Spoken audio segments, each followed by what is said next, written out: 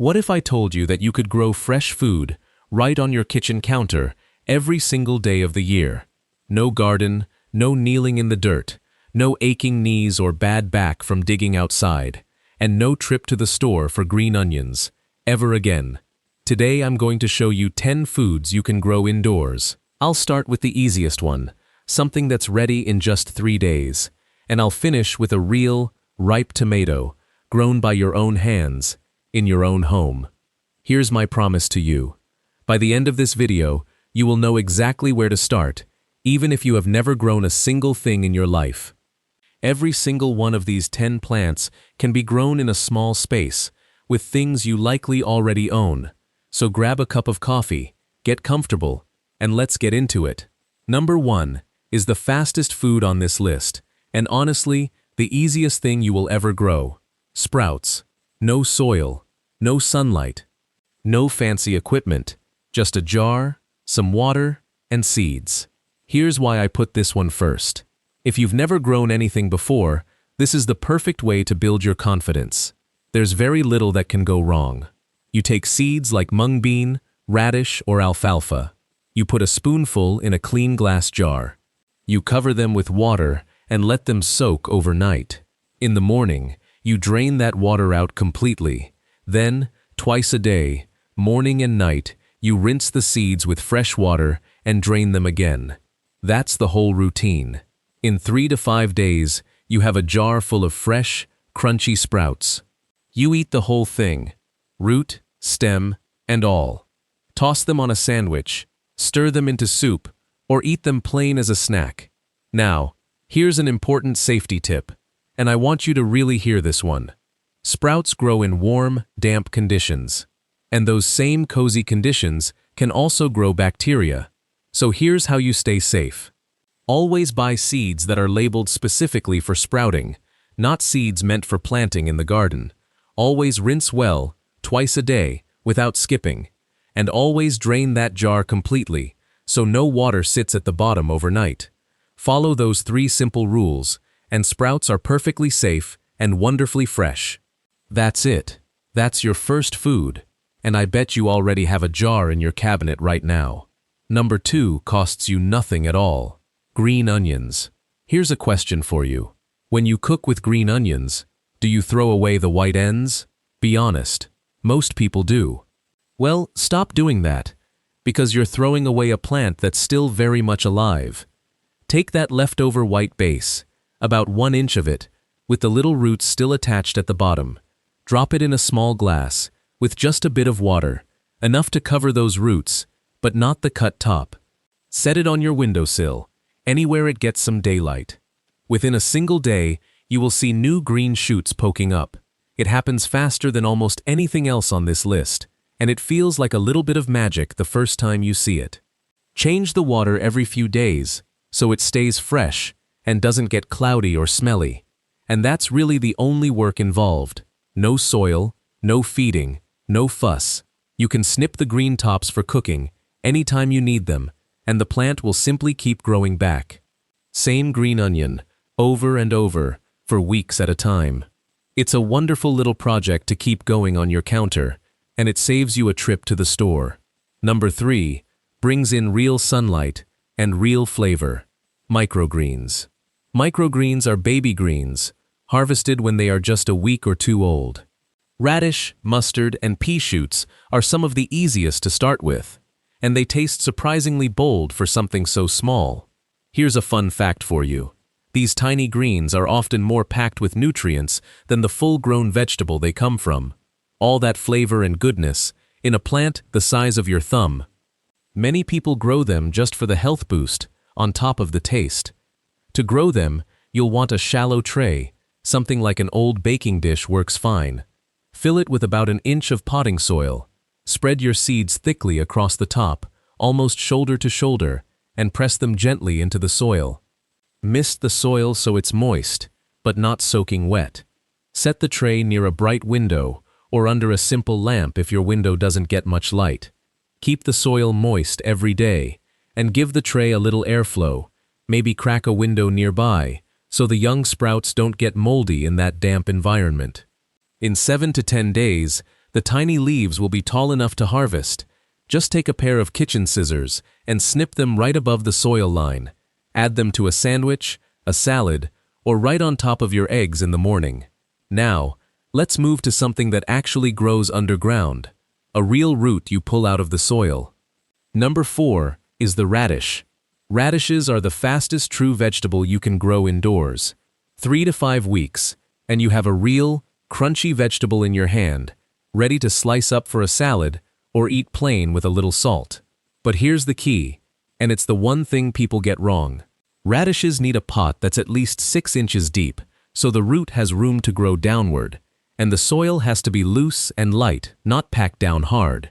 If the soil is heavy or compacted, the radish struggles to push through it, and you end up with a small, twisted, or overly spicy root instead of a nice round one. So here's the fix. Mix a little sand or perlite, which you can find at any garden store, into your potting soil to keep it light and fluffy. Set the pot near a sunny window, since radishes do like a good amount of light. Water it regularly, keeping the soil evenly moist, not soggy, and not bone dry. And in about a month, you'll be pulling up your very own radishes, fresh from your own windowsill. Quick pause here for a moment. So far, everything we've covered takes days or weeks. Now we're stepping into plants that keep giving for months at a time, which means less replanting for you. Number 5 is lettuce. Loose-leaf lettuce is the kind you want for this. Not the tight, round head you see in the grocery store, but the leafy, floppy kind, like butterhead, or red romaine, or even a mixed salad blend. Here's the trick, and it's a simple one. You only cut the outer leaves, the bigger ones on the edges. You leave the very center of the plant alone. That center keeps growing brand new leaves, week after week after week. This is called cut and come again, and it means one single lettuce plant can feed you for months, instead of just one meal. Lettuce likes bright, indirect light, meaning near a window, but not baking in hot, direct sun all day. Steady brightness for most of the day works best. And a pot doesn't even need to be very deep, since lettuce roots spread out sideways, not down, so almost any container will do. Number 6 needs a little more attention from you, but nothing complicated. Spinach. Spinach loves cool, comfortable temperatures. Which is great news, because your living room is probably already the perfect temperature for it. You don't need to change a thing about your home. But here's what you need to watch for. If spinach gets too hot, or sits too close to a strong, hot light, it panics. It thinks it's in danger, so it rushes to make seeds instead of leaves. This is called bolting. The plant shoots up a tall, skinny stem, and the leaves that are left turn bitter and tough, not pleasant to eat at all. So here's your job, and it's an easy one. Give spinach plenty of bright light, but keep it a few feet back from any hot, direct sun or a strong grow light. Somewhere bright but gentle. Spinach takes about 6 to 7 weeks to reach a nice, tender harvest size, and you can pick the outer leaves along the way, just like lettuce, so you don't have to wait for the whole plant to finish. Let's talk about flavor for a moment. Number 7 is fresh herbs.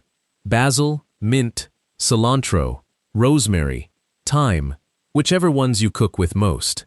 You can start herbs from seed, which takes a few weeks to get going, or you can buy a small herb plant from the grocery store or garden center and just move it into a slightly bigger pot. That second option gets you fresh herbs to snip almost immediately, which is a nice shortcut if you want quick results. Here's something interesting most people don't know. Herbs need a lot of light, more than you might think, usually 6 to 8 hours of strong, direct light every single day. That wonderful flavor and aroma you love in fresh basil or rosemary? It actually comes from natural oils the plant makes to protect itself from strong sun.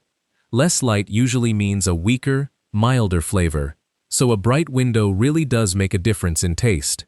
One more tip, and this one's important. Herbs like rosemary and thyme come from dry, rocky places originally, so they hate sitting in wet soil. Their pots need really good drainage, meaning holes in the bottom and a light, airy soil mix. Add a little extra sand or perlite, and never let them sit in a saucer full of standing water, or the roots will rot. Here's a little pop quiz for you. What do you think is harder to grow indoors, a full-size carrot or a chili pepper? Take a guess. Most people get this wrong. It's actually the carrot. We'll get to peppers in a moment, but first, number 8. Baby carrots. Regular, full-size carrots grow long, deep roots, sometimes 8 or 9 inches long. Way too long for a small indoor pot. So instead, you want to look for dwarf varieties, with names like Little Finger or Paris Market. These have been specially bred to stay short and round, almost like a little golf ball or a stubby finger, perfect for container growing. You'll need a pot that's at least 8 to 10 inches deep, a bit deeper than what radishes need. And just like radishes, the soil absolutely must be loose and completely free of rocks or hard clumps.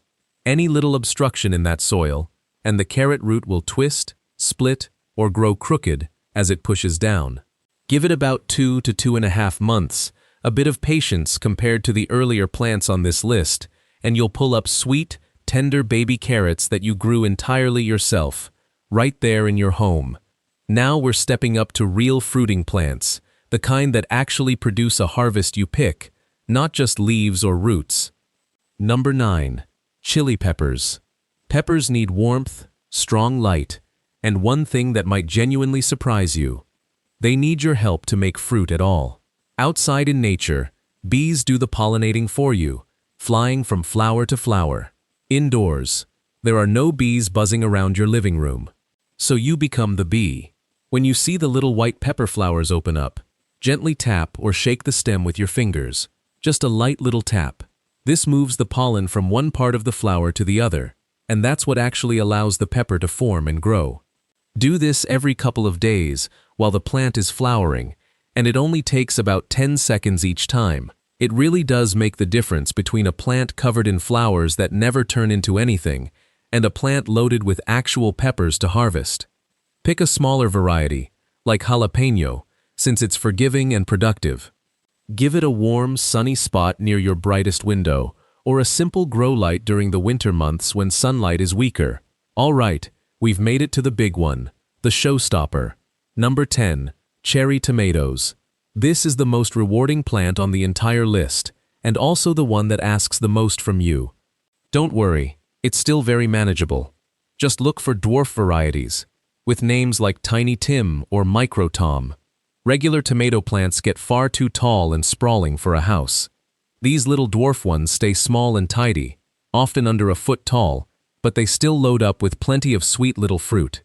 Tomatoes need the most light of anything on this list, more than lettuce, more than herbs, more than peppers.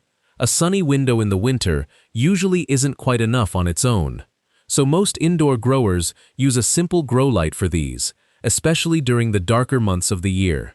And now, here's my favorite tip in this whole video, so stay with me. Tomato flowers are tricky to pollinate. The pollen is sealed inside a little cone in the flower, and it only shakes loose with the right kind of vibration. In nature, bumblebees do this by buzzing their wing muscles right up against the flower, which is actually called buzz pollination. You don't have a bumblebee sitting around your house, but you probably have an electric toothbrush.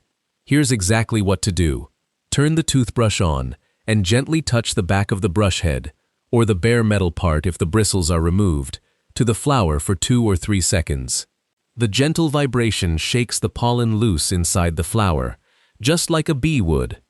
Do this once every couple of days while the plant is flowering, ideally around midday, when the flowers are most fully open.